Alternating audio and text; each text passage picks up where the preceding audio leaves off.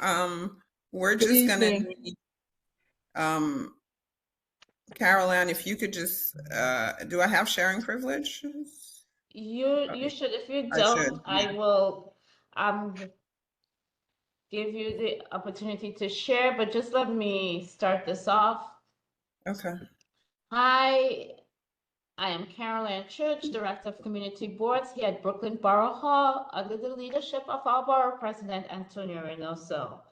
And this evening we have with us uh, Pascal Bernard. Many of you may already know her from the Office of Cannabis Management, who's going to talk to us today about how community boards should be reviewing cannabis applications, what the scope of the community board review is, and how the agency takes the community board's recommendation into consideration. We will have Pascal deliver her presentation, and then we'll take Q&A, which I will help her moderate. Also joining us today for the very first time is our new community boards coordinator, Madeline Enlau. Madeline, if you wave so folks can see you, she has joined us. As some of you may already know, Bianca Stevenson has left us. She has absconded to the Bronx, where she lives, and really was looking forward to a much shorter daily commute. So we wish her well. But now Madeline has joined the team, and she's been with us here at Borough Hall for a minute. And I'm really happy to have her. And if you were at our orientation, I don't know if anyone here was on the orientation. Yeah, I see a few names, B and Dialis. Madeline was the spa owner. And we know she did it, she had a wonderful performance. But anyway, with that said, I really want to hand it over to Pascal to start. And we expect this to take about an hour with Q&A, maybe just a little longer, but we really don't want to take up much more than an hour. Pascal?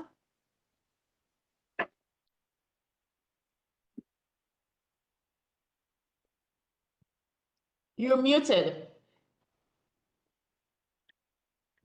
After all this time with COVID, do you think that would be the first thing I checked? Thank you. Good evening, everyone. My name is Pascal Bernard.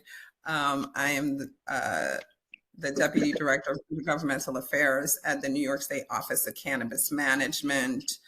Thank you so much for having us here, Carol Ann.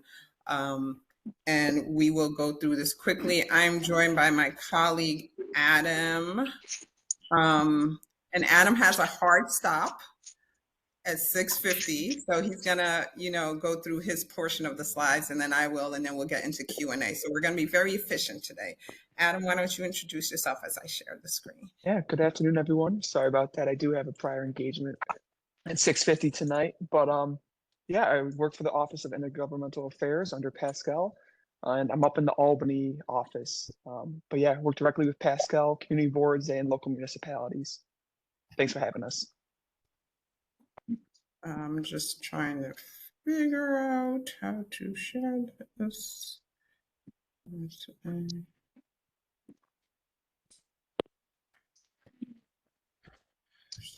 You had that cup, the cup on the table.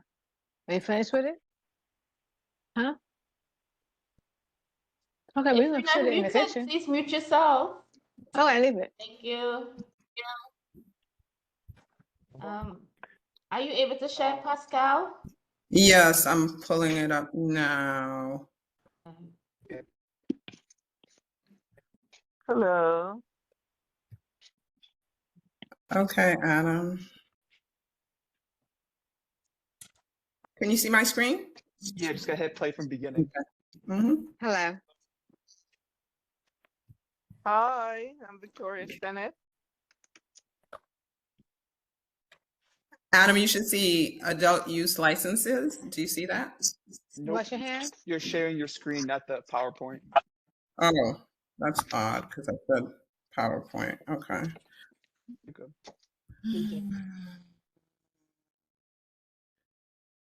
Okay, just muted everyone. Adam and Pascal, feel free to unmute yourselves.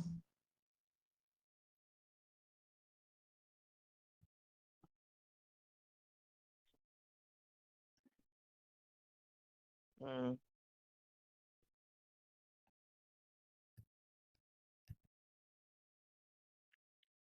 Share. Do you see it now? Oh, I'm muted. No, you're good. You just got to hit the play from beginning. Mm-hmm.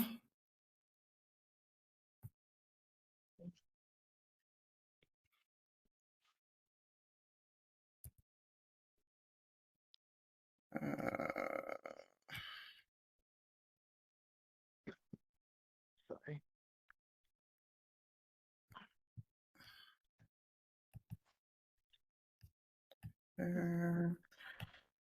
From beginning. Okay, do you see the first slide? Yeah, Hello? Pascal, but it's just, Yes. if you want me, I can share quick if you If want. you can just click from beginning, Pascal. That's what I did. What Oh. I'm seeing and what you all are seeing are two different things. I'm seeing the slides from the beginning. I'm not sure why this is happening. I'll take over, Pascal. I can do it. Okay, sorry about that, everyone.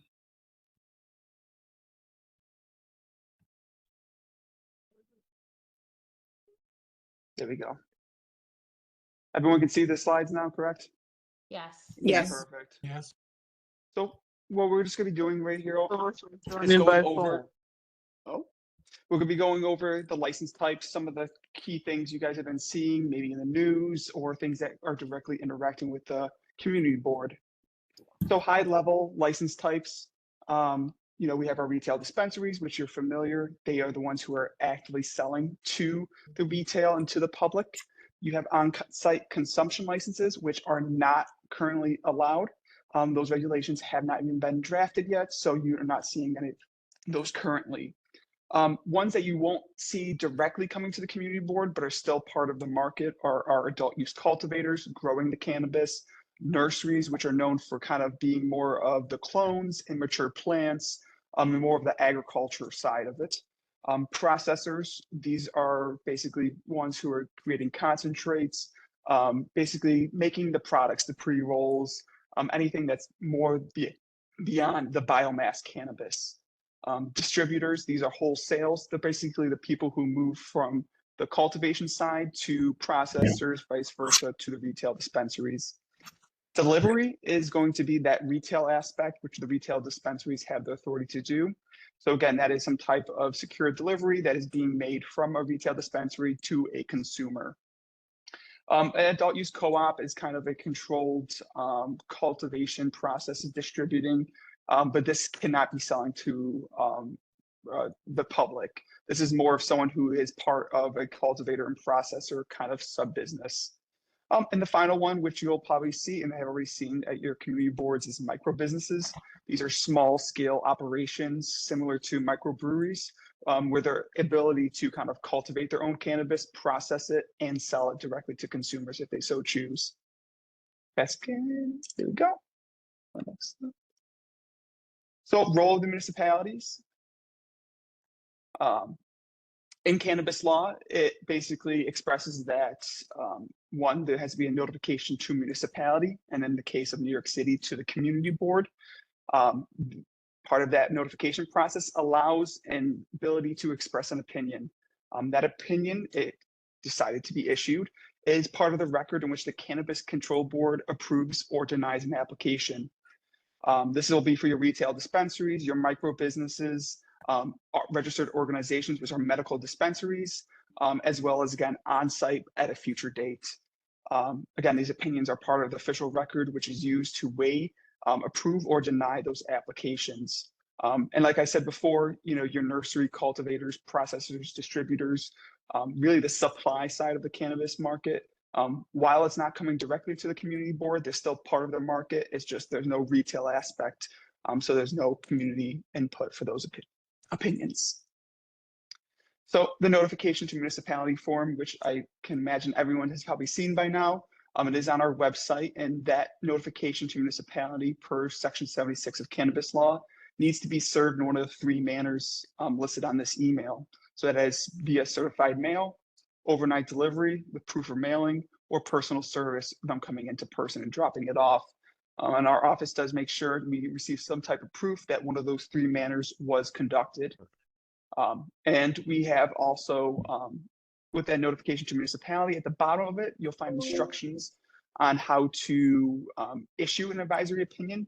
But also at that bottom is instructions if you wish to request a 30-day extension. So by law, you have 30 days to issue an opinion, but our office has allowed for what we call a 30-day extension. As long as you reach out to our office in the correct manner with proof of that notice, request an extension, that gives you a total of 60 days from when you receive that notification to provide an opinion. And again, if you have any questions regarding that process, or if you want to request that, municipalities@ocm.ny.gov is the perfect email to reach out to, and we hope be happy to process it.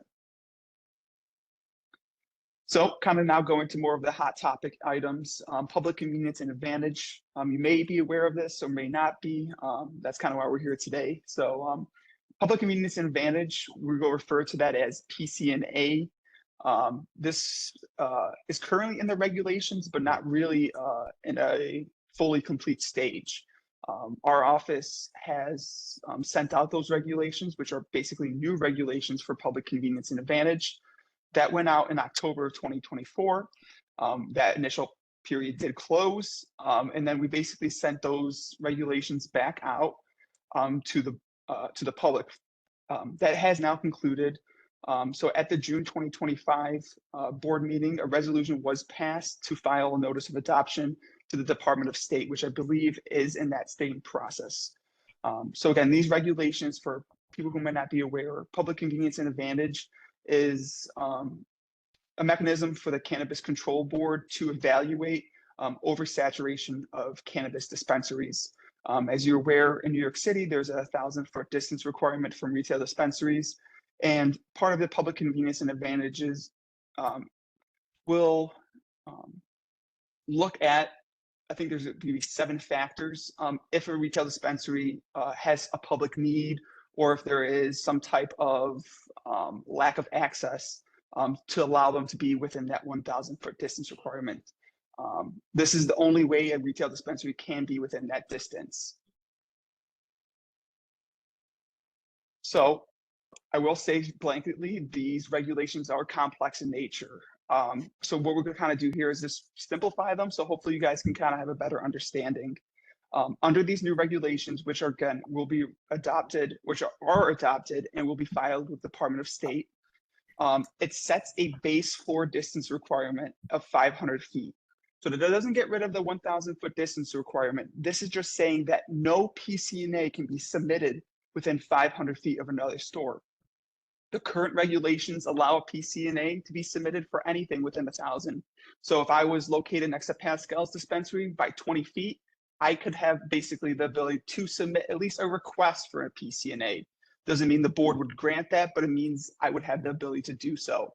These new regulations basically say at least 500 feet need to be between these dispensaries to even be able to submit a request. And obviously for the populations under 20,000 being outside of New York City, that distance is a minimum of 1,000. So again, in New York City, we are not removing the 1,000-foot distance requirement. We're just setting a baseline for PCNA to be established within 500 feet. On top of that, this also requires that a PCNA, when being submitted, as at least 9 months before a dispensary in conflict has been opened. So again, if I'm applying for a retail dispensary and I am 600 feet from a store Pascal has, and she has not been open for 9 months, that PCNA cannot be heard. The rationale behind this is to actually allow these dispensaries a period of time to kind of get their operations going, so then the Cannabis Control Board can also have a better understanding of the demand in that area if there is need for, more public access to safe and regulated cannabis. In addition to those 2 factors we talked before, another one is that a retail dispensary cannot be within 1,000 feet of 2 of the same license types.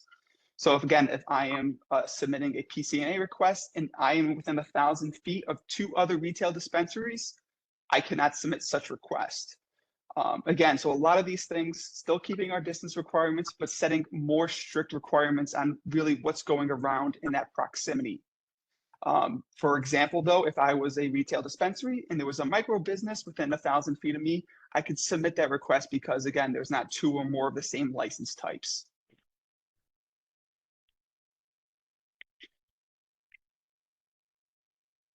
So kind of a little few extra things here for the criteria review. Again, there were 7 factors in total. Those kind of were expanded to really look more into the distances between locations as a pedestrian or car would travel, rather than how a crow would fly. That's kind of a terminology like a straight line measurement. So again, this is regarding only PCNA.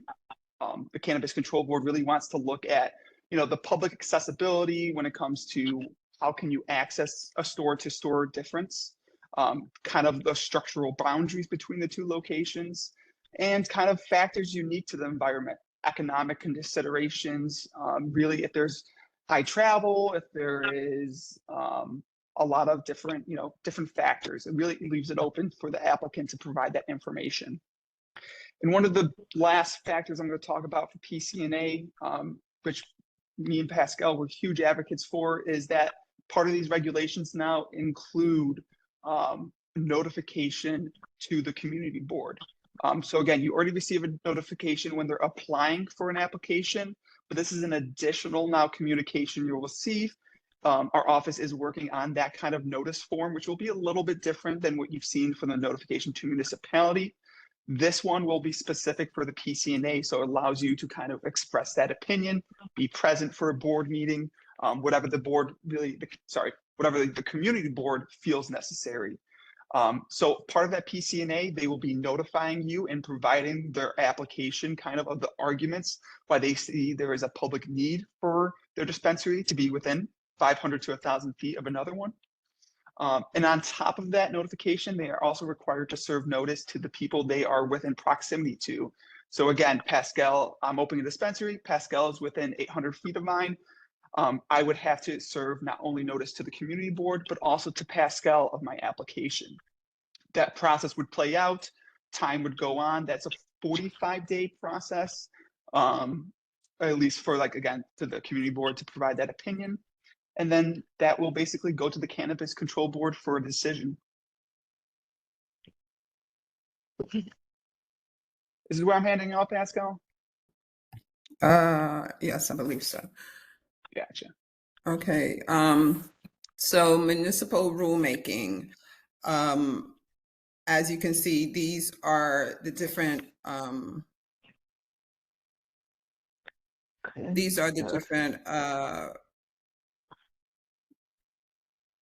sorry, I'm blanking. These are the different proposals that have been made to the cannabis law, and you can see the preemption and prohibition on municipality rulemaking. These are all sections in the law. Next slide, please.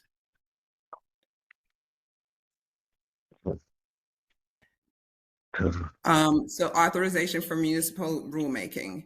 Municipalities are authorized to adopt local laws and regulations governing the hours of operation. So this is time, place, and manner.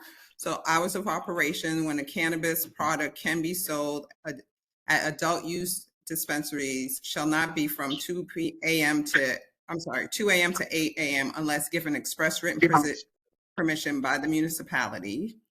Licensees shall not be restricted to less than 70 hours a week unless the licensee agrees to do so.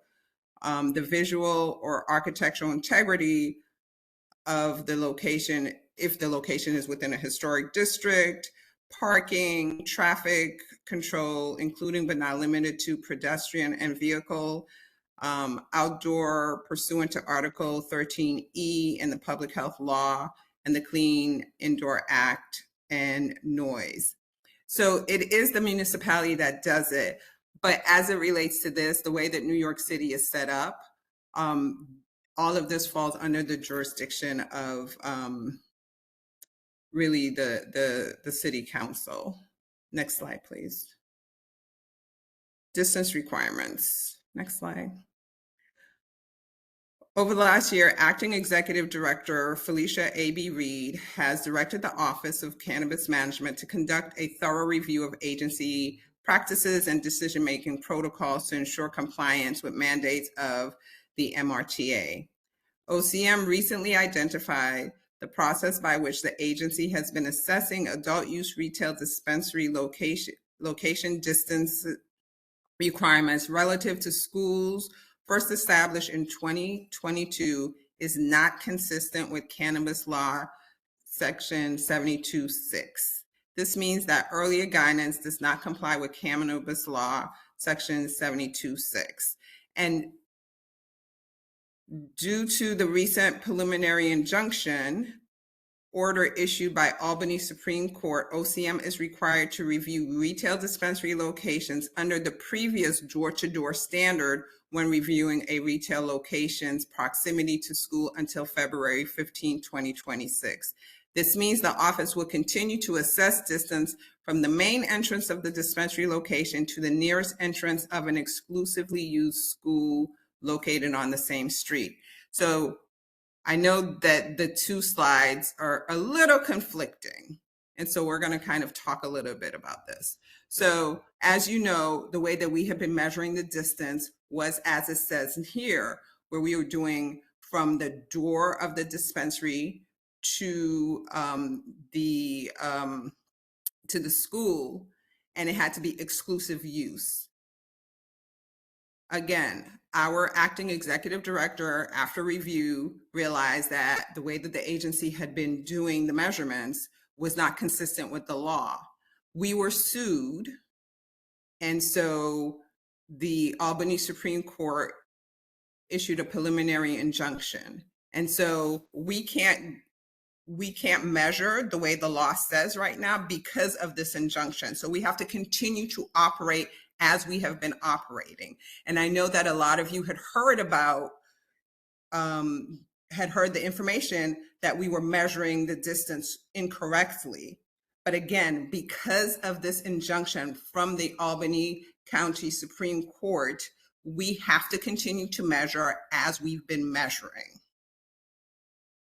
So I know there may be some questions about that, but just wanted to kind of, flesh that out a little bit. Next slide, please. Support for licensees. The office identified 7 licensees locations that did not comply with cannabis law section 72.6. The governor's office and OCM will be proposing and aggressively pursuing legislation to address the licensees whose businesses are at locations in conflict with cannabis law section 72.6. The office identifies several applicants for a proposed adult use retail location that do not comply with cannabis law section 72.6. If the legislation does not get amended, the applicants will be required to find new locations before moving ahead in the application process. So what we're saying here is when we found out that we were measuring wrong, we notified the dispensaries that were already operating. So these are people that have been in these locations for numbers of years, and so we let them know. And we also let them know that we were working with the governor's office and the state legislature to find a legislative fix for this. There are people that were already in the pipeline that were licensed, but were not open as of yet. And so they are right now, they're not moving forward because we don't have the legislative remedy. So unfortunately right now, they're kind of like on a pause button. When you're watching TV, you pause when you have to go to the kitchen and grab a glass of water. That's how they are right now. Next slide, please. Enforcement activities.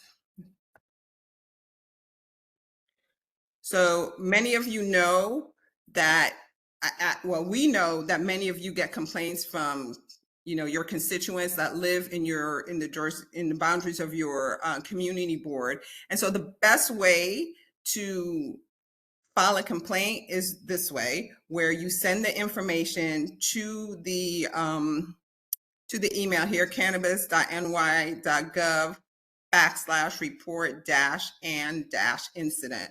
And whenever possible, all this information that you see on this slide is really what we're looking for, because this is helpful. Say it again. And so Just gonna this get a is, of my stuff. I'm sorry, Miss Cheryl, you're not muted.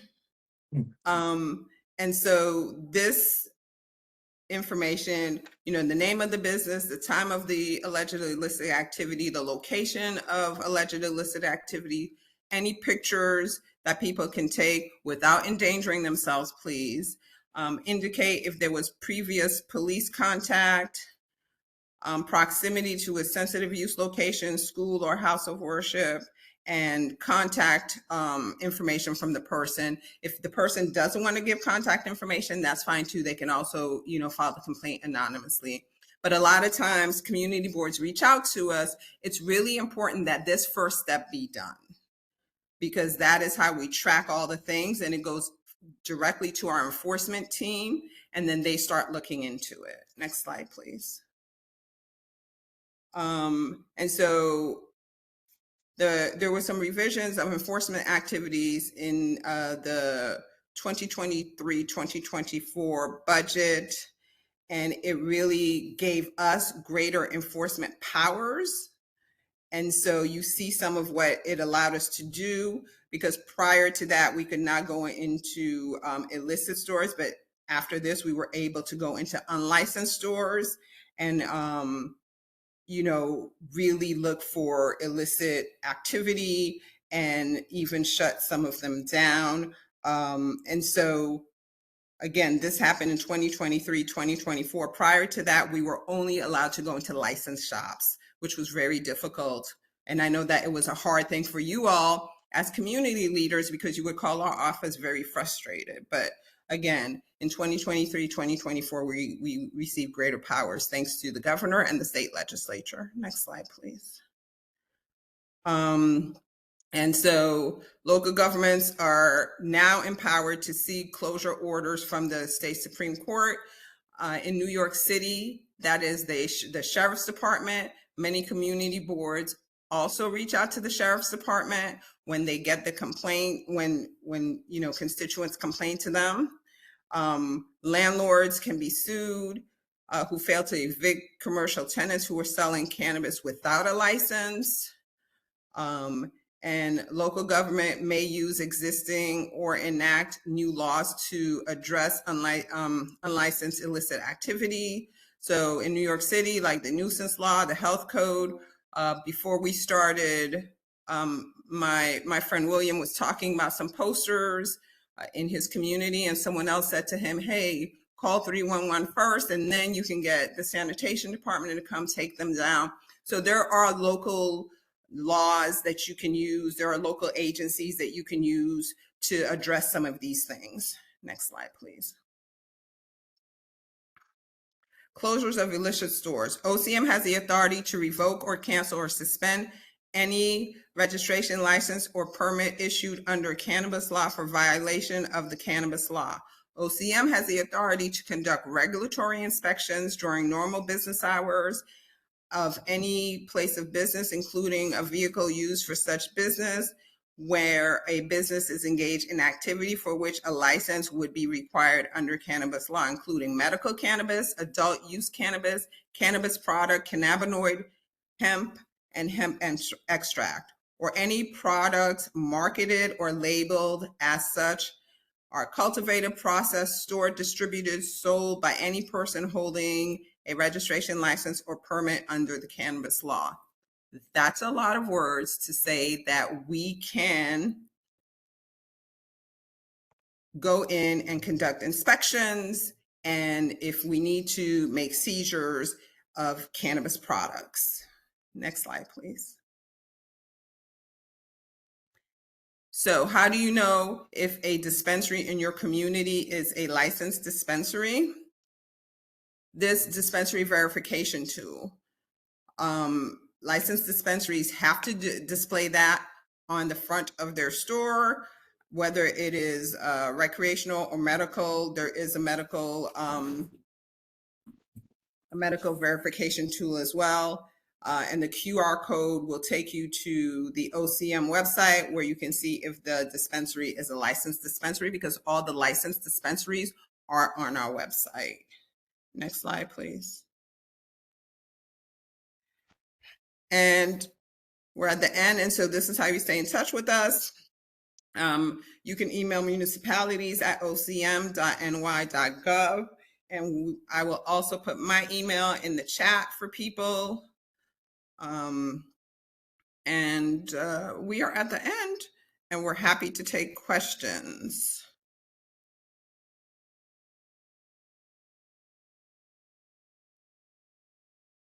We'll let Carol Ann moderate the Q&A portion so she can decide who's being asked, who can ask the questions. We're gonna try to keep the questions unique. What I mean is already ask question and the answer is going to be somewhat similar. I suggest in the interest of one to get a sense of what they'd like to hear. What happened?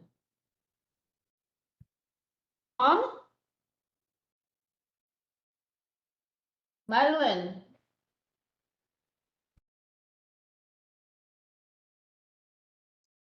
Are you gonna talk?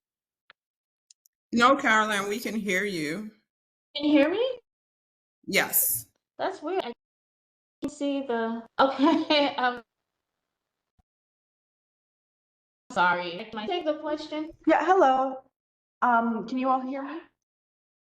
Okay, questions in the chat. Please. Okay, let's see.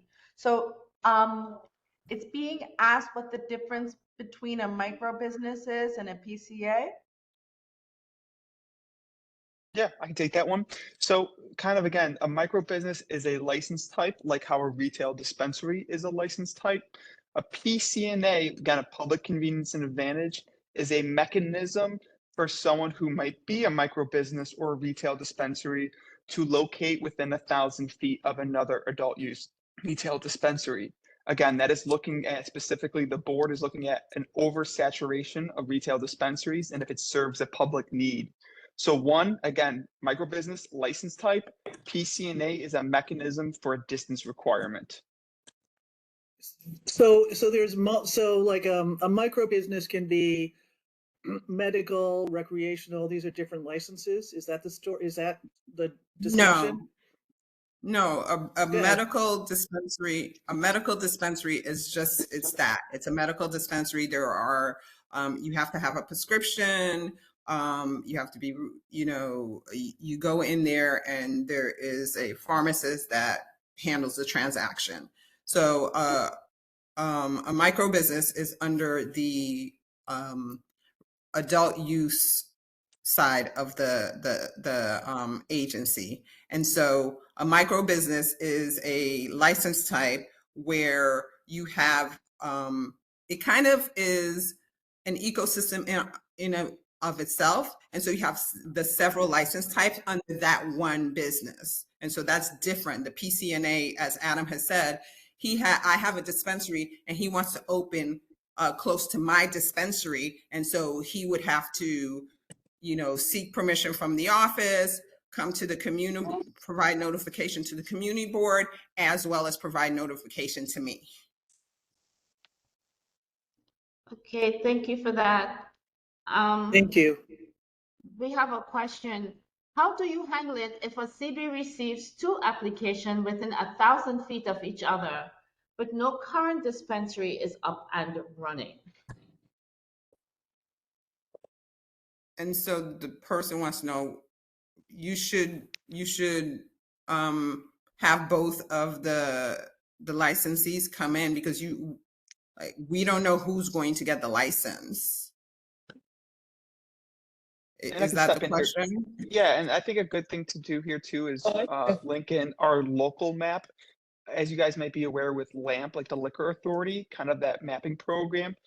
we can share that as a follow-up email. It's called Local, and basically this map allows you to see what applications are pending or licensed in your community boards already.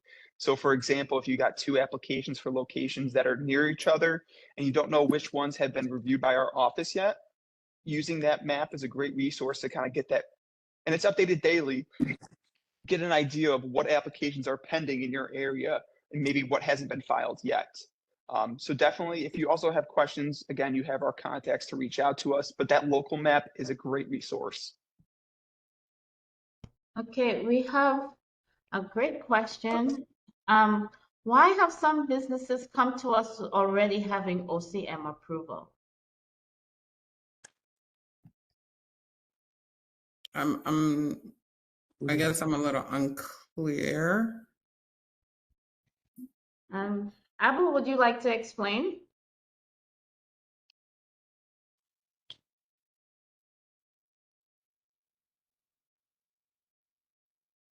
Question, and when he gets unmuted, we can. Okay. Absolutely. I can maybe hopefully get this. Sometimes you'll get, again, cannabis law renewals of a license still require them to go to the board. So even if they've gone to you prior and they've been licensed through OCM already, once that 2-year license is expired, they need to go back to the community board after that 2-year expiration date. So you'll continue to get notices to municipalities. Again, it will say renewal on that application, but again, you're getting that every 2 years when they try to renew the license, if they so choose to do so. Okay, because we had But then a they're few. talking about the conditional rule. Please Gotcha. keep Oh. this up unless No. you're asking a question. No, Thank absolutely. you. Thank you for that. So conditional approval, basically, we call that a provisional license. It's a bureaucratic term. Basically, this is an ability for an applicant that they met the basic requirements, whatever that be for, a conditional application or some type of program. They're meeting the minimum requirements to kind of be licensed. Again, license not being that they are ability to open a store, more of a paper for them to go to a landlord and say, hey, I'm provisionally approved by the office. I met X, Y, and Z criteria. I'm looking to get a retail dispensary, and it allows them to get more funding, or basically, again, ability to work with local municipalities, having a little more than just an application. So again, a provisional, if you see anything with that, and you can communicate with the applicant, and they'll be happy to inform you on what their status is. But again, provisional is just a terminology for them to kind of get more funding, have ability to get investors, and seek out landlords looking for that kind of approvals. Okay, yeah, I think that answers my question. Okay. Okay, thank you. Is there a limit per community district to the amount of micro businesses that are granted licenses each year? So we're at this point, we don't cap the licenses that we issue for any of the license types. And so what we're doing is we're closely monitoring the market, but we've never communicated that there is a cap for licenses. And the Cannabis Control Board has not indicated that there is a cap.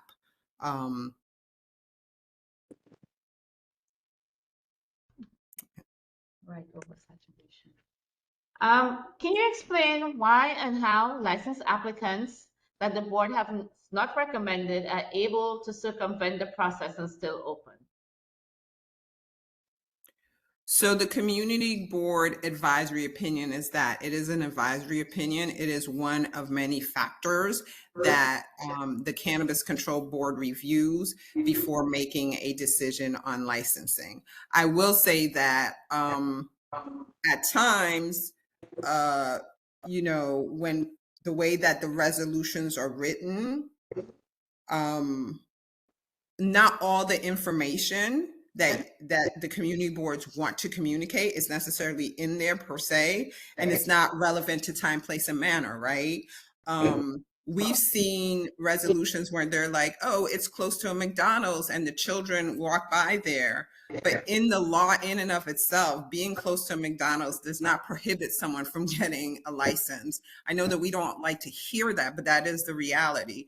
And so the advice is that really, when you're writing your resolutions, you really make sure that you put information that is relevant to the role of the board, which is, again, time, place, and manner, any sensitive use location, those kind of information. That's really what will really clarify what your stance is and gives the office and the board information that they can really look at to make an informed decision.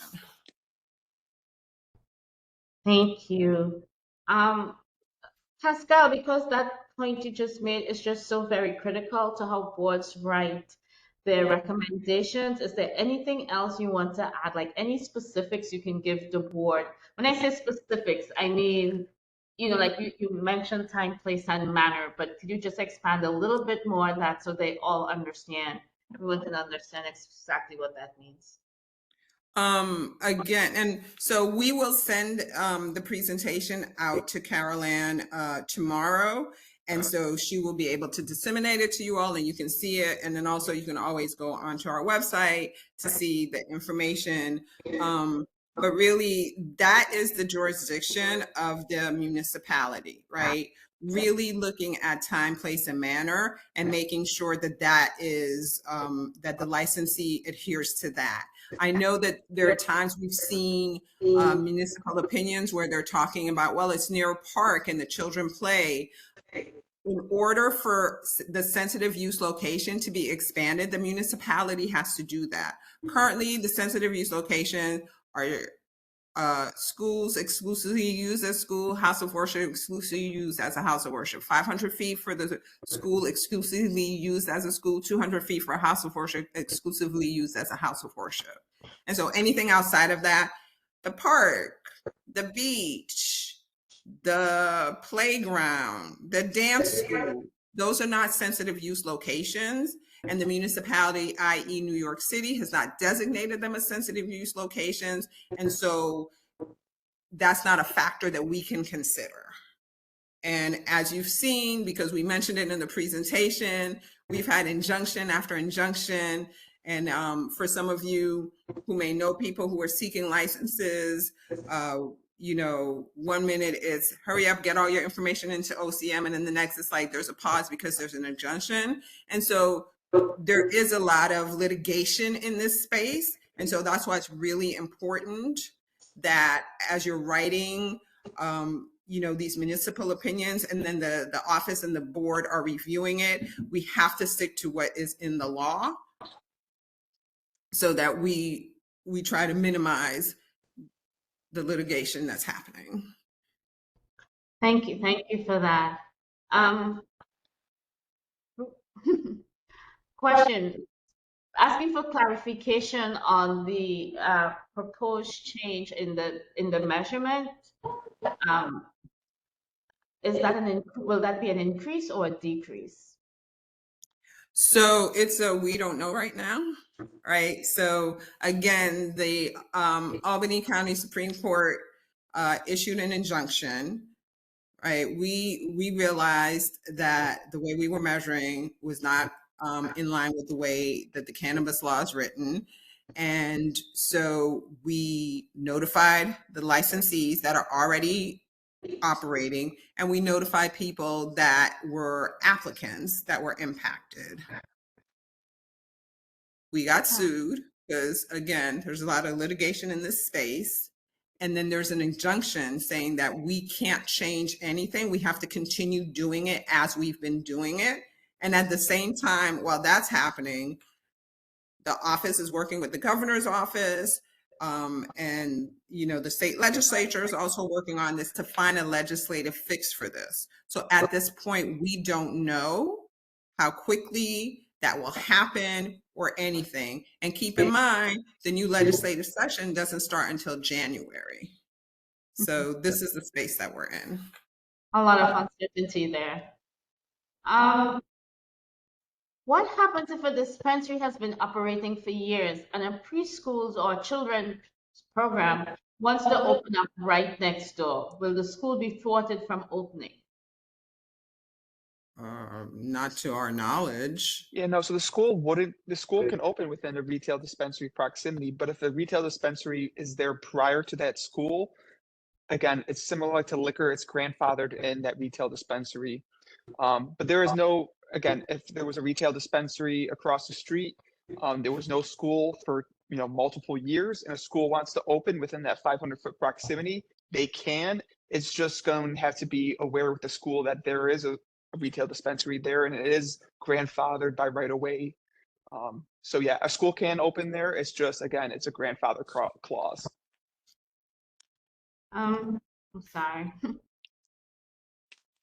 So we also had some raised hands. Michael? Yes, thank you very much. Thank you for the presentation. Quick question, when we talk about distances, whether it be a school, a house of worship, are we talking about the actual feet in between, or are we from door to door, or from door to property line? So that's what we've been talking about, right? We realized, again, our acting executive director, Felicia A.B. Reed, had us review everything and realized that we were measuring it inconsistent with cannabis law. And so we notified everybody, the dispensaries that were already opened, and the applicants. And so in that time, we got sued. And so we couldn't move forward with any kind of activity, but simultaneously we're working with the governor's office, the state legislature, to find a legislative fix. And so what we were doing is measuring it door to door, and also the exclusive use. Okay, thank you for that. Bruno?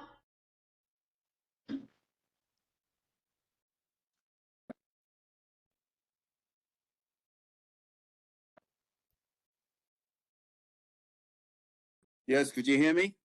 Yes, we can. Okay, so I think my question was answered. I was going to ask the same thing that your gentleman asked about the house of worship. 200 feet's not a lot of feet. So if I have it right, you're saying that in 200 feet, say from the beginning of the church door or the synagogue or the Lutheran church, whatever, you could open up or put an application in to open up a shop. Is that correct, if I'm hearing it right? So that's how we have been doing it, yes. As we know, 200 feet's not really a lot of feet. The kids can walk 6 feet. I can walk 7 feet out of my church, and I'm at 200 feet. So that is the law. Understood. Yeah, and it's similar to SLA. So SLA is our big sister agency, and so it's modeled after SLA. Okay, thank you very much, and I want to thank you very much for this. Very interesting, very informative, and Adam and yourself are doing a great job. I thank you so much for that. I appreciate you. Thank you. Carl? Hello, folks. Good evening. Can people hear me? Yes. Yes. Okay, excellent. So yes, I echo what Mr. Bruno said. Thank you very much for the presentation. And so I'll be brief. My first question is, why aren't treatment centers considered sensitive sites? Because in CB14, we've definitely had applications that are definitely within 500 feet to treatment centers, but treatment centers are not considered sensitive sites. And so I'm raising that flag that that's an issue. And then the second question I have too is your slide deck. On the first slide in the bottom left-hand corner, it shows a date of March 15, 2024. And the reason that concerns me is because when you're talking about the budget updates, that was for SY 23-24. So the question I have for you is, does this mean that for the budget that was adopted in May, those rights that were granted to OCM for enforcement no longer apply, or they do apply? It's just that there's a typo on the first slide in the bottom left-hand corner. Thank you. with sensitive use, again, we modeled after our sister agency in the sensitive use definition. Municipalities do have the opportunity to expand sensitive use locations. And so that requires, for New York City, it would require the New I'm York trying City to see what's Council. going on with this WebEx. It would require the New York City Council passing a resolution, passing a law for that to happen. But sensitive use location can be expanded. So that's the answer to your first question. Your second question regarding the budget, it The did date say for, 20. no, so It the did user say, referring to the date, Pascal, on our first slide, that was actually an error on our part. oh, So yeah, that was just an absolute good catch on that one. I'll give you an I Spy on that one. Got you. Thank you for that. Yeah. So Pascal, thank you for answering that. And then also, Adam, thank you for confirming, just because I just wanted to confirm for myself the budget updates you're talking about for fiscal year 23 to 24, if they did still apply for this yeah. fiscal So year whose budget had been adopted. So that's why I yeah, was bringing up that fact about that mismatch between the dates. So, okay, thank you for yeah. both of But those. the enforcement powers that we got in the fiscal 23-24 budget, those are in perpetuity. So Okay. like, from Okay. that moment on, we just have it. Okay. Thank Adam, you. we're gonna say goodbye to Adam because he has to go. Thank you so much, Adam. No problem. Thank you guys for having me. And of course, you guys have Pascal still, so if you have any questions, she'll follow up with me tomorrow and we'll definitely get back to you as soon as possible. Thank you all. Thank you so much, Adam. Thank Sorry about you. that. Thomas? Yes, I have two. One second, sir. Thomas? Oh, I'm sorry. Thank you said Camacho. Thomas been okay. All right then. Camacho, I guess you're up. Oh, thank you. Yes, it was a great presentation. I'm just a little concerned. I have two questions, very important questions for you. One is, one of the guys that was told that you guys measured wrong did receive a letter, and they're good people, and they give back to this community, and they're wonderful, and we love them.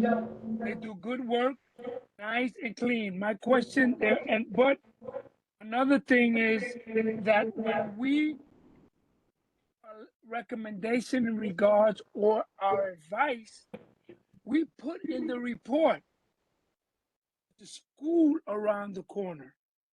My question to you guys is,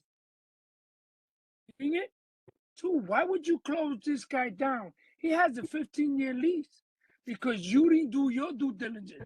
We advise you, like you said, advise us. We advise you, and I also have the minutes, and it's recorded. We advise you that the school is around the corner. Did you guys go there? You guys see? But yeah, you gave them this. Good people. Now all of a sudden, they're 15-year lease. Are you going to honor their lease? Or are you going to fix their building when you move them out? Because now if they get moved out, if they do, that it cost them and time. So I was a little concerned when they sent us a letter from the office saying that. And is there hours of operations window? Do we have to look up to see? How does that work? It's supposed to be 40 hours some weeks and times. Maybe I need to get some, because we don't get a letter back saying their hours of operation. We get some. We don't even get nothing saying that they got it unless we see it there. So Okay, so we're not trying to close anybody down. okay. We made an error in how we calculate the distance, and our But it wouldn't have never happened with this guy if y'all would have read it and y'all would have did your due diligence. No, and noticed that there we was did. a school around the corner. We did.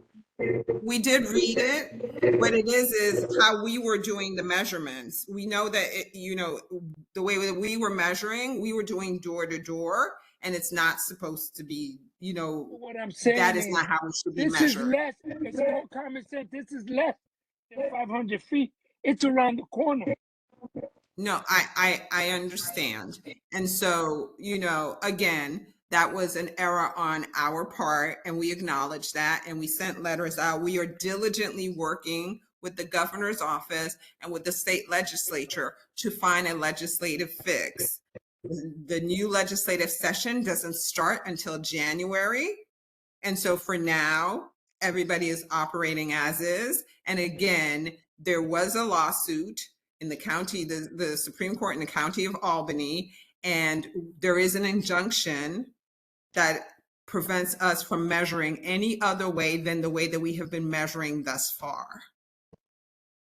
So I know that, first of all, I'm happy to hear that the dispensary is working well with the community and has the support.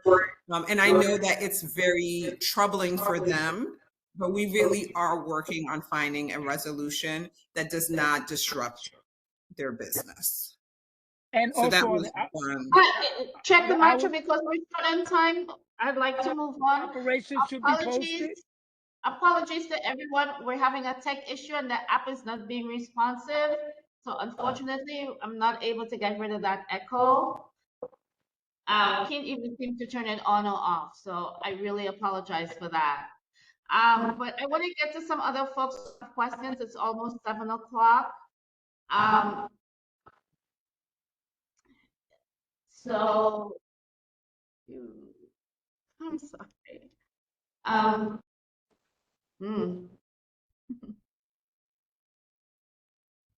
So I'm putting in the chat because someone asked about hours.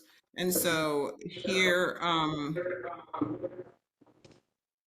this is directly from the slide. So the hours of operation, they can be sold retail, shall not be from 2 a.m. to 8 a.m. unless given express written permission by the municipality. So 2 a.m. to 8 a.m. they can't, nobody's operating, right?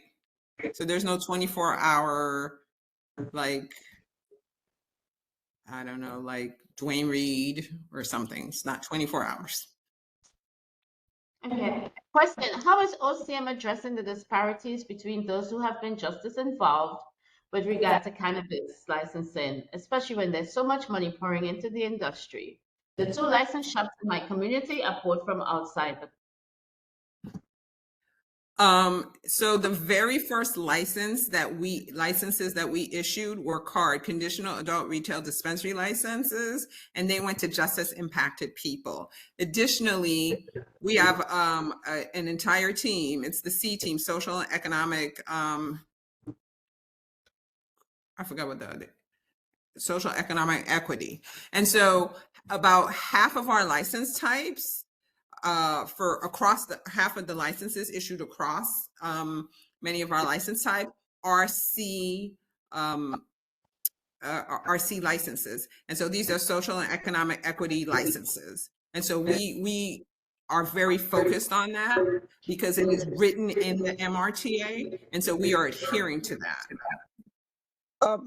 My name is Julia Forster. I don't know if you can hear me, but I was trying to get into this session since 5:30, and it just let me in like 10 minutes ago.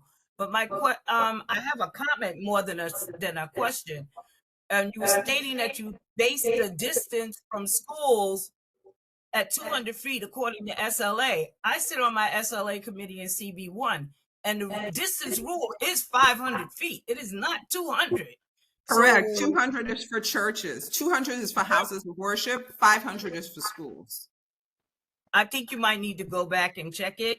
Because, no, I just told you 500 is for schools. 200 is for houses of worship. I don't know. I've been on this committee for a while.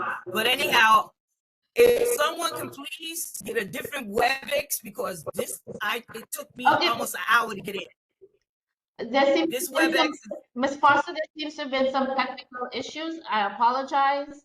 That some even people on the seem- phone, I couldn't get in. It was telling me I was in a waiting room. I used my I'm tablet. It sorry told me about that. not. If you'd like to progress, I really apologize for that. I really need to move on because we're almost at the end. I'm happy that you did WebEx make needs it to be something on. else. Um, Okay, thank you. you're welcome. Someone asking for clarification on time.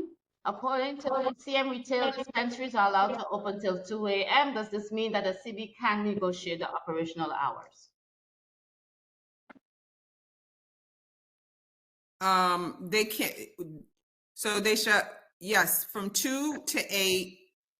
No operations, but also if you see, licensees shall not be restricted to less than 70 hours a week unless the licensee agrees, right? So it can be less than 70 hours a week.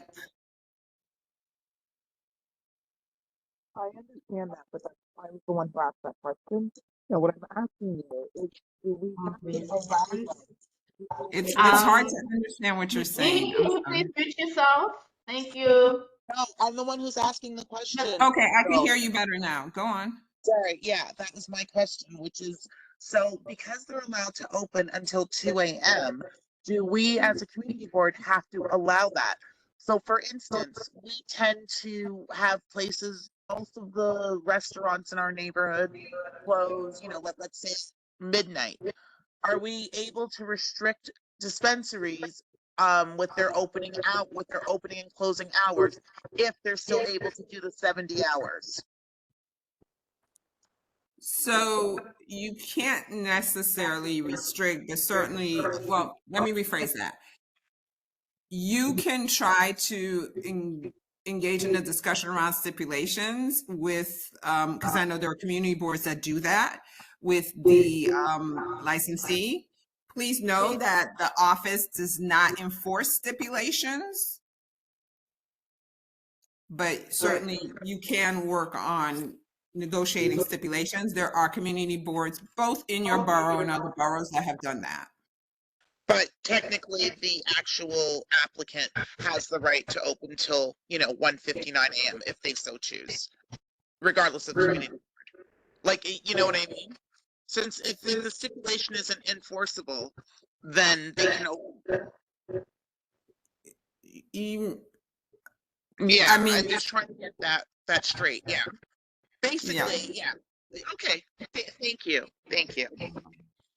Thank you. Question. How come there isn't a site that shows us the status of applications indicating whether it's been reviewed, approved, or declined? Because some of the information on the applicant on the application, apologies, it's very personal information, but that is something that I can take back to the office if just in general. But also though, it's difficult as well to do that because there are a lot of moving parts and people have the opportunity to cure their licenses. And right now we're still going through the November queue. We'll start on the December queue. So there are a lot of moving parts and pieces to this. Thank you. As we get closer on, I want to have some different type of questions answered. What are the rules for advertising? I've seen signage on top of a truck or car across the street from a shop.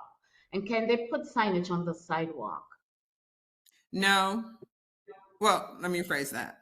When you say signage on the sidewalk, are you talking about putting posters or putting one of those little sandwich things that says,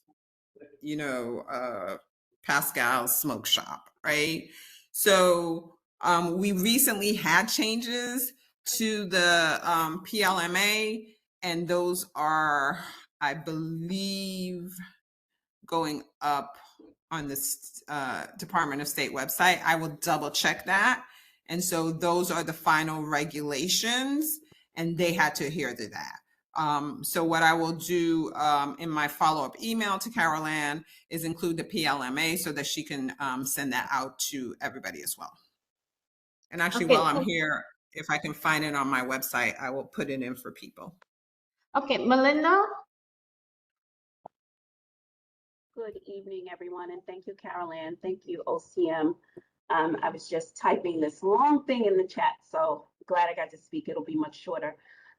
One, I just wanted to, I know a lot of folks are touching on time. I wanted to understand if you can give a brief on manner.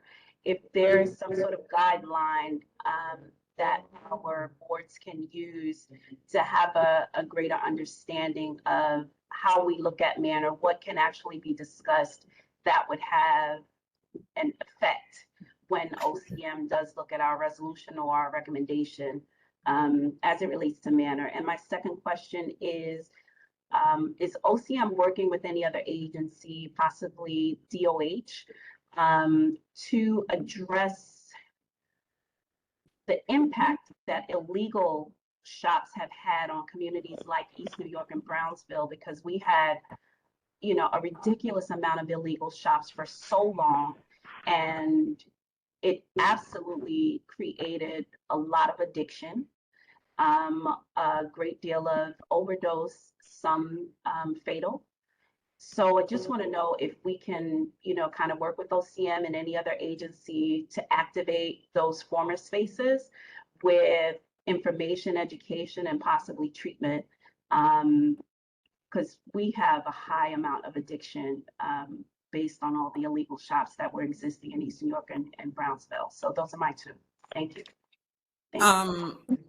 I will have to get back via email on the manner piece. I have to check in with our general counsel's office, so apologies on that. We work in concert with our sister agencies at the state level. We also meet monthly, no, is it monthly? Either every 4 to 6 weeks with New York City, GOHMH. And you know, we have this interagency meeting and we talk about a variety of things. I will say there is the tax revenue from the sale of cannabis, right? It's 13%, 9% goes to the state, and then 4% comes down to the municipality. And it's that money at the state level is divvied up into 3 different parts, right? It's 40, 40, 20. 40% goes to the cannabis reinvestment fund. 40% goes into education. 20% goes into OASAS, which is the you know, the agency that oversees addiction treatment issues, education, and things like that across the state. So monies from legal sales are going into OASAS. OASAS then will distribute it out throughout their system, how they do it, however they do it. I don't work for them, so I can't specifically say. What happens to that 4% when it comes to New York City? I don't know. You should reach out to your local council members and ask. But those are the ways that we're making sure that we are making sure that people with addiction problems have resources from the revenues of cannabis. And I would also maybe recommend reaching out to DOHMH. I know that they're creating some really wonderful educational tools. And so that might be of use that you all can have in your various offices when constituents come in and when people are seeking information. I hope that answers your question, Melinda. It was very helpful, and hopefully we can get community boards at some of these interagency meetings, because I think the data we have will be very helpful in those communications. Thank you. Linda, I have a combined question as we're about to move into the wrap-up stage, and it all happens around enforcement.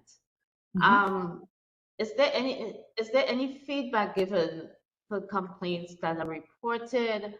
When will the enforcement arm of the agency be activated?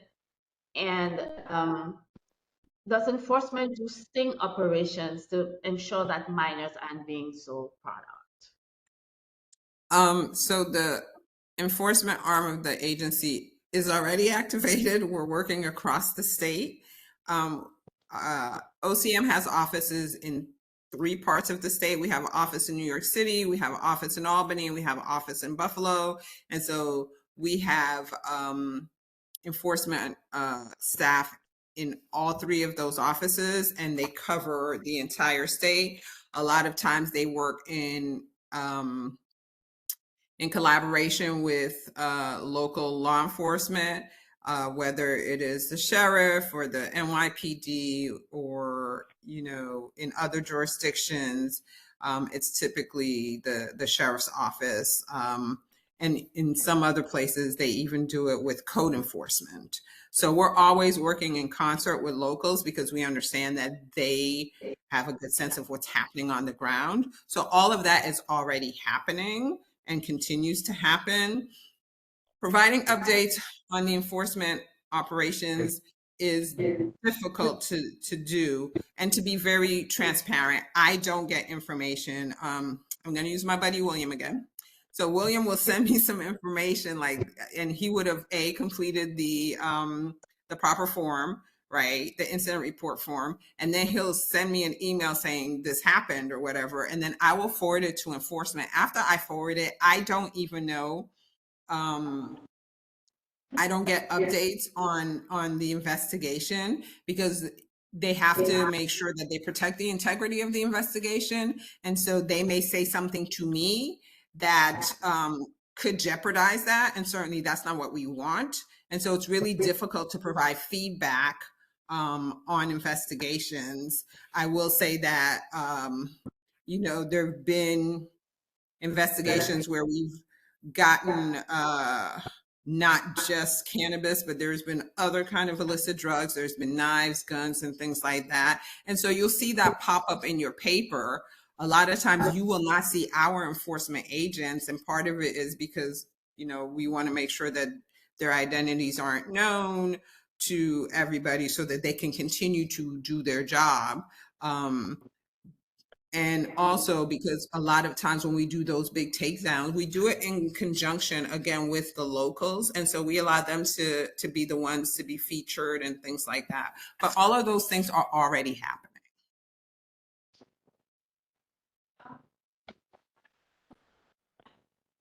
You're muted, Caroline. That. Suki, followed by Laura, and Laura will be our last questioner. Suki? Hi, thank you. I have 2 questions related to the PCA application. The first is I'm a little bit confused about why a micro business license is treated as a different license type if it comprises a bunch of different other license types. So like, for example, you could have a micro business that essentially presents to the public in the same way as a retail dispensary, even if there's other things going on behind the counter, like they're doing their own growing and processing. So how come it's considered a different license type? And then the second question is, you talked in the presentation, you said that in addition to the geographic factors you would consider, there were maybe some economic or environmental factors. Could you go into those a little bit more? Can you just say more about the second part of your question? So in the presentation, it was saying that the factors you consider for the PCA okay. application are some geographic things, like, if it's, like separated from the other location by a highway or something that makes it inconvenient. And then also it said there might be other factors, like unique factors, like economic or environmental factors. And I'm just wondering what those are. Okay, so micro businesses are a different license type because what they do is they encompass all the license types under one. And so they do have a retail portion, and that retail portion needs to come before the community board, just like regular retailers do. so they are indeed a different license, and there may be processors in New York City. There may be even processors in Brooklyn, and you guys don't have any knowledge of them because they don't come before the community board. They're not required to. I mean, I'm just wondering why, for PCA purposes, it's considered different than a retail dispensary that is not a micro business, because it presents to the public in the same way, right? It's a place where you can go and buy stuff. But it's not the same because it does have the cultivating, the processing, and all these other pieces. I get what you're saying, that it presents, but it isn't. The retail dispensaries, literally, that's all they do. But the micro business, they do more than that. And I'm looking to see which part.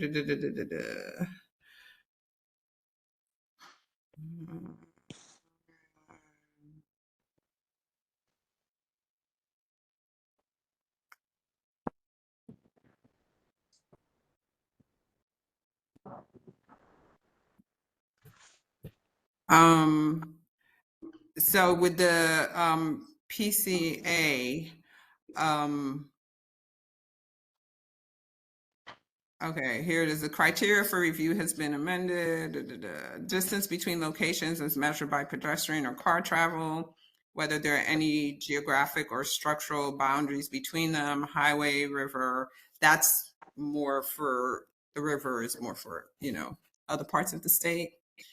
And any factors unique to the proposed location, including environment and economic considerations, justify the dispensary. So some of that would be around like density, right? I'll use Manhattan because I don't want to get in trouble with Brooklyn people. So like if it's in Manhattan, say the theater district, like there's a lot of density there. So that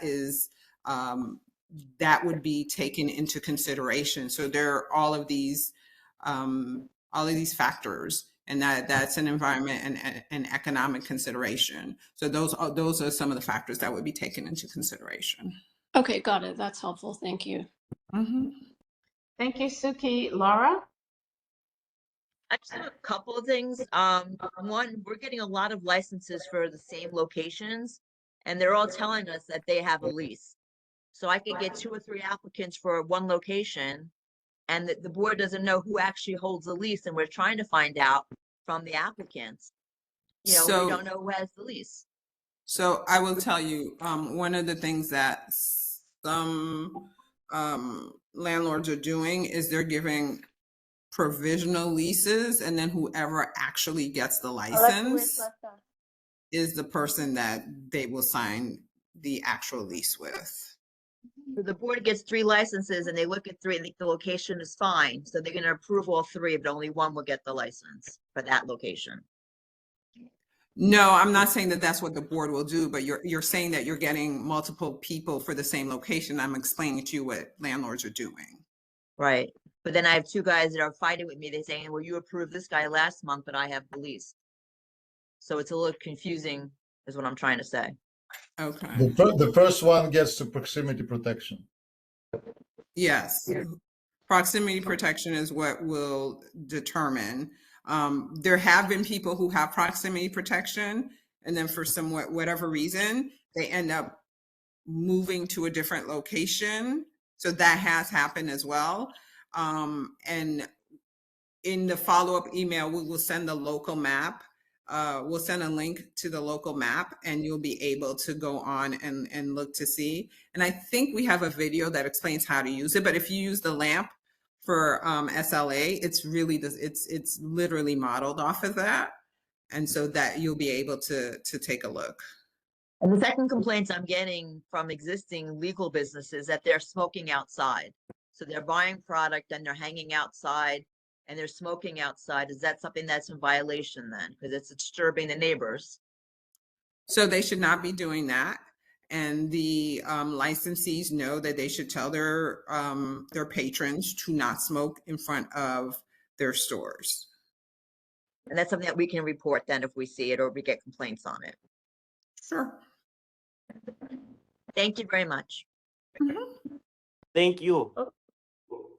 Thank you. And with that, we really want to thank Pascal and the team at OCM who put together this presentation, this session for us today.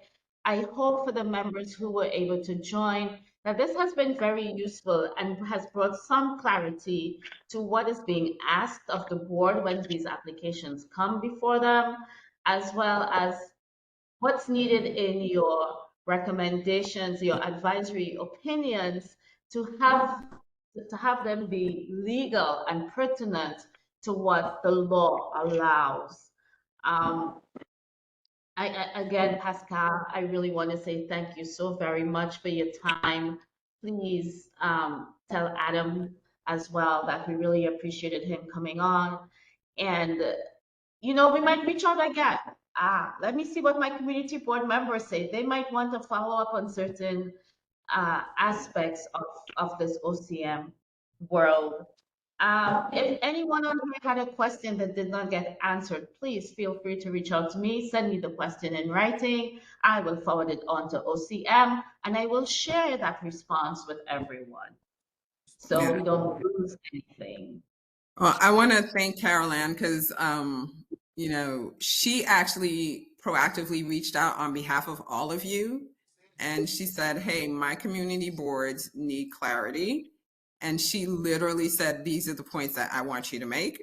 And so if you're getting information that you find useful, it is thanks to Carol Ann because she said, this is exactly what I wanted you to put in this presentation. And so we did that. So Carol Ann tells us when to show up and what to say, and we do. So it's totally our pleasure to be here. And we definitely look forward to coming back. And I will be in touch. Thank you so much. Good night, everybody. Good night. Good night. Thank you. Sorry about the technical Good night. Thank you. Good night. Thank you. Thank you. Good night. Good night. Good presentation. Thank you. Good night, Good night. Sonia. Good night. Hey Good night, everyone, Sonia. Ashley And Brett Paul. here. Today we're playing Roblox Dress to Impress, but every round Night. whoever gets older, Good night. literally be begging us. Yeah, I'm sure still running. Good night, Angelo. Good night. This is really weird. Oh. Closed out WebEx and I went into the WebEx app and turned down the volume. I did so many things that it. I tried. I don't know what it is. It's like the mouse stopped working. Yeah, I saw that. I'm putting it back in. It's. Make sure I wrote this down before, so in the WebEx, in the application, it's going to need to be signed in again for the operations email. And then I signed out thinking that might work. Oh, you signed it out? Yeah, and I don't know why it didn't. Oh, that's. well, it was being recorded. That's why I didn't want to log it out. It's all right. It is what it I'm is. sorry. It is what it is. Is this one of those open meeting things? No, but people like share it. But it might be recorded anyway because somehow something was weird. Do you know what I'm saying? Like it was still showing your camera, you know? Oh, yeah, right. So that's what I'm saying. Like, I don't know if it, whatever I did, didn't. Which then? Because then I tried to turn down the volume and the settings of the mic. I've never experienced anything like that. That was bizarre. It is still bizarre. It very well may have recorded. Well, if it didn't. Well, then you would have gotten a bunch of it though. But that was very. I was sorry to cut that lady off, but you know what was going to happen there? She was going to go on and on about how. She was being kind of rude too. Yeah, because she just came on and she just started speaking. She just didn't wait for her. She could have been like, she could have reached out to me later and been like, is there any way, I don't know, what she. Well, it was just like, let me see. Oh, look, it's still still recording. going, so it recorded. Maybe that's why. That's why the mic couldn't get turned off, because it was recording and you needed to do something special to turn it off. Maybe that's why. Maybe they can hear us right now. Yes, they can.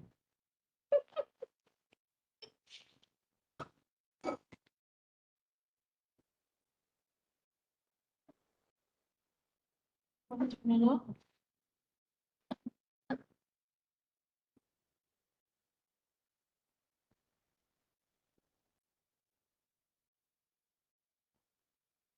It says you're in the meeting on another device, is what it says. Yeah. Is it possibly on your phone or something? No, I barely touch my phone. But also here in the settings, we're gonna have to fix the audio because I've messed around with these to try to get, see, that's gonna have to go up if you want it to work, and yeah. Okay, just didn't want you to get messed up.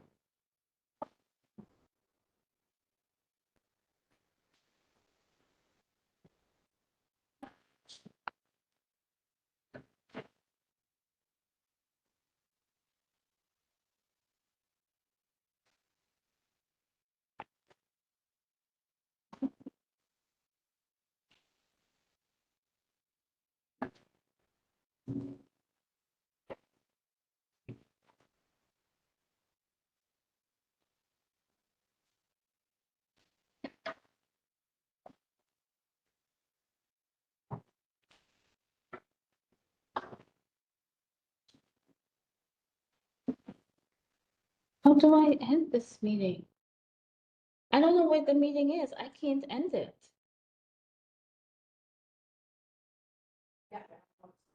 Very strange.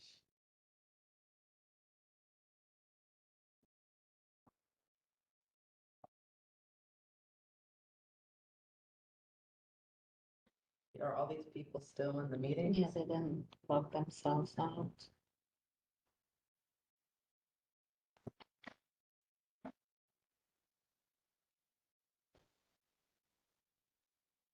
This one.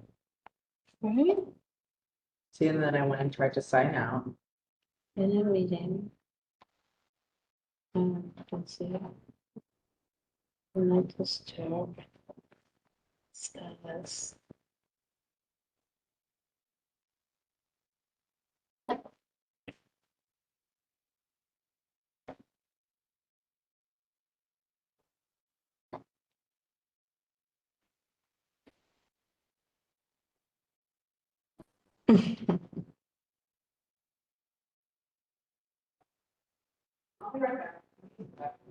Yeah.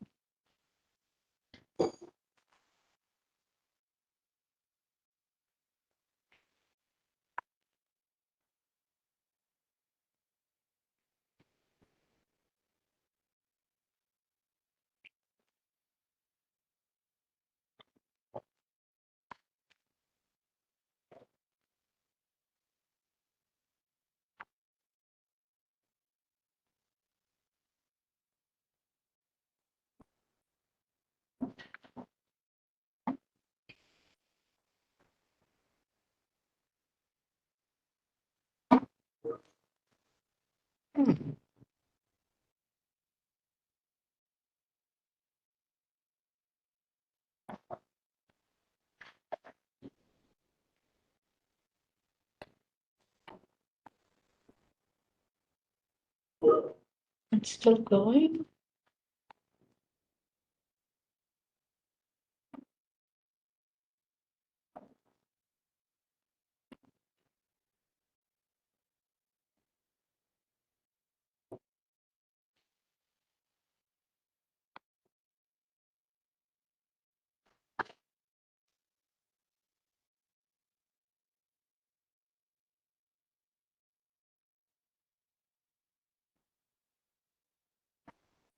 So this is where I have to check.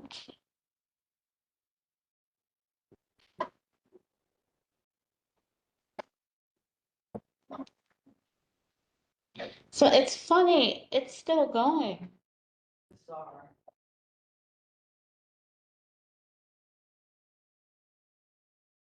It says, I don't know if this has anything to do with it though, this message. Because I was fine. It is a micro, it's a Microsoft program. I don't know. Maybe I tried logging in, it won't let me log into this thing, but I was fine, and then it suddenly like went off.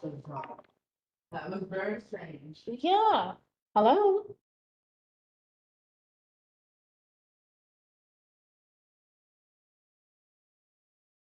You're calling me on a government line. I'm sorry.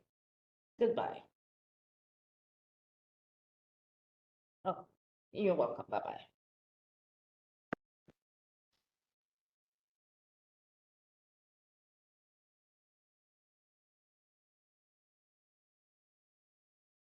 Okay, I can't make you stay here while I try to figure this out, but I think I should call Fletcher. If he's here. Oh, look. Look, there are people on still that said we're stuck. Yeah. Oh, all the stuff we're saying is being recorded.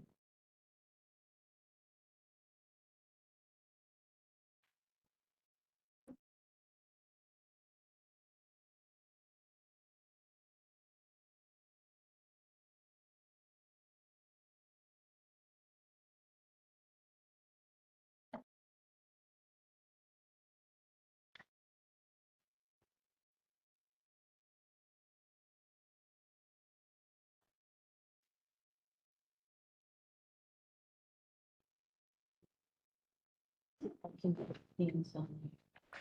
Look at this piece. Hello? Hi, good evening. It's this Caroline. This is Caroline. Who's calling?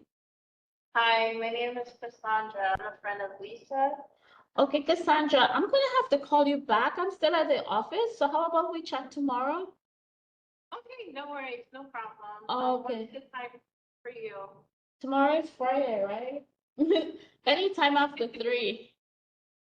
Okay, I'm actually free anytime after 5, if that's okay. Okay, sure. Okay, all right. All right, then. We'll speak tomorrow. Thank you. All right, bye-bye. Okay, bye-bye. This is not. Oh, I need to stop talking.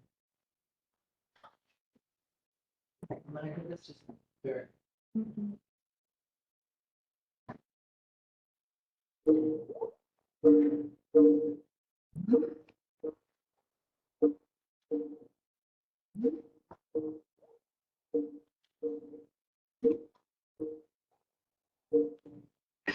Hi, Caroline. Hey, Fletcher, so really weird thing is happening with the WebEx. I can't shut it off. It just sort of went off while I was doing, so it's still running and actually recording. I can't explain what happened, but we were in the meeting and it suddenly looked like I was dropped off the WebEx. And couldn't go back on. We couldn't adjust the volume or anything. It was a little wonky because of course there was an echo. And now I just cannot turn it off. Like you can see me on the screen from another machine. We've like turned it off, logged back in, and it's still the same. Okay, I'm not in a position to really help you because I'm at a gym right now. Oh. But are you live streaming right now? Well, the meeting officially ended, but this thing is still running and it's probably actually recording every word I'm saying. I can't help that, but. You know what? How important is that recording? It's not open meetings law, it's a workshop, so we can actually clip what we don't want recorded. But meanwhile, I can't log this thing out to go home. Okay, so, with the WebEx, I was about to say restart the machine, but I don't want you to lose your recording.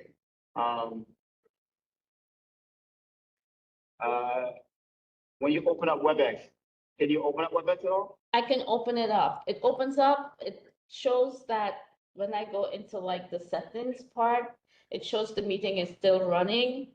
Okay, there's no option to stop the meeting at all? No.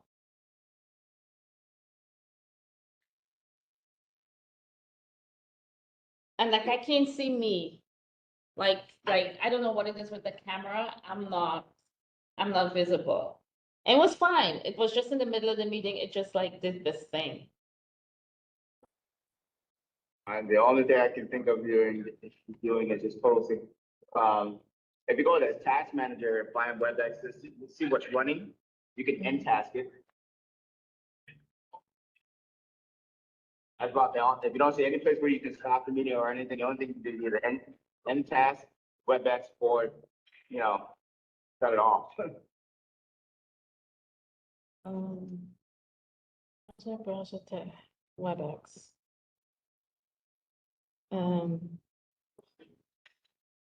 Yeah, are you logged into the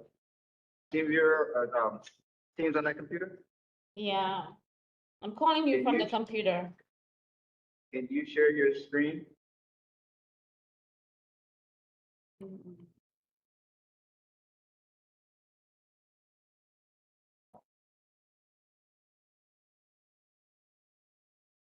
Are you seeing anything? Yeah, I can see it. Okay. I'm still, I'm ending, I ended some of the WebEx. And yeah, if you end WebEx,